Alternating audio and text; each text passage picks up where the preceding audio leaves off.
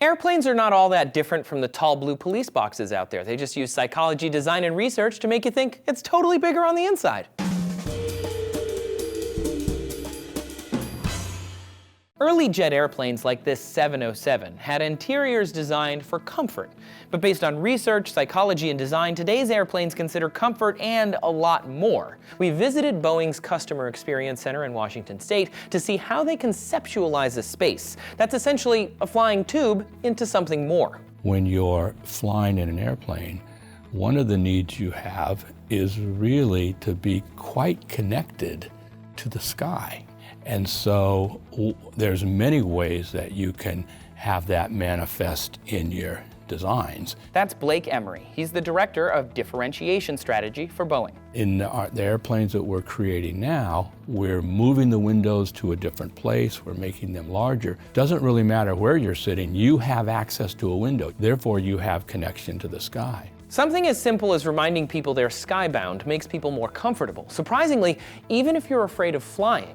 A 2005 study done for the European Space Agency found living in confined spaces can cause strain unless there's a window. It's somewhat counterintuitive, but the idea of having the windows accessible to everyone actually can help relieve some of that fear, because a lot of that fear is actually related to the claustrophobic aspect of it. When Yuri Gagarin became the first man in space in 1961, his spacecraft, Vostok 1, had a window, and it turns out that was one of the most powerful parts of that flight. For some reason, humans need to see the outside. While airplanes can feel small, they're actually quite large. A Boeing 747 has over 31,000 cubic feet of space, larger than the area of a 6-bedroom house. Imagine 400 people in a 6-bedroom house. It would feel crazy crowded.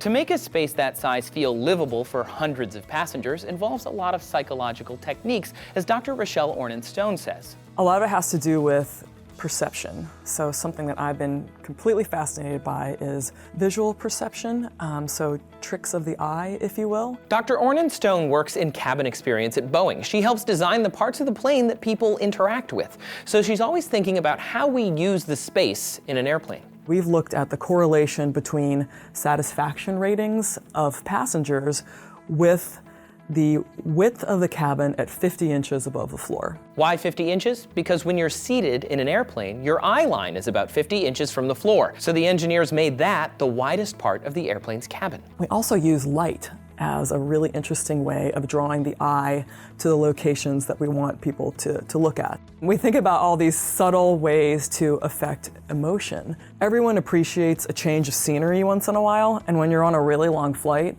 to match lighting to the activity that's going on is really important, and it marks parts of the journey for the passengers as well. I also talked to Payload's chief architect, PJ Wilsinski, who is actively involved in all levels of passenger cabin design. The ceiling is also unique in that we've tied in multiple sources of LED lighting, and that allows for the creation of very dynamic scenes with sources of color coming from both sides of the ceiling.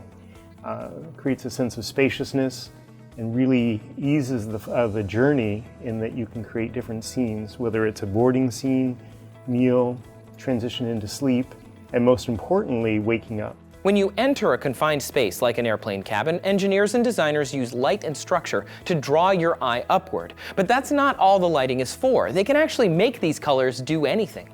If an airline wants to do something different or something wilder or have rainbows or have, crazy light shows or something like that, that's fine too. But you take something, dynamic like an aurora borealis, okay, that's something that's moving, it's beautiful, and at the same time it's still sky.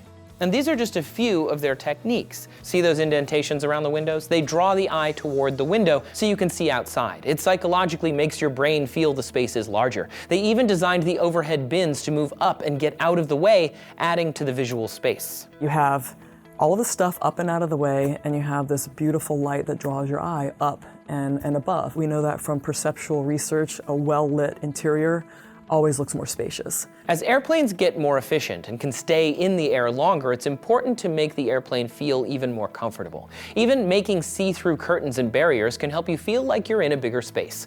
I love it when science is truly practical. Thanks for watching D-News, everybody. For more on 100 years of Boeing innovation, go to theageofaerospace.com.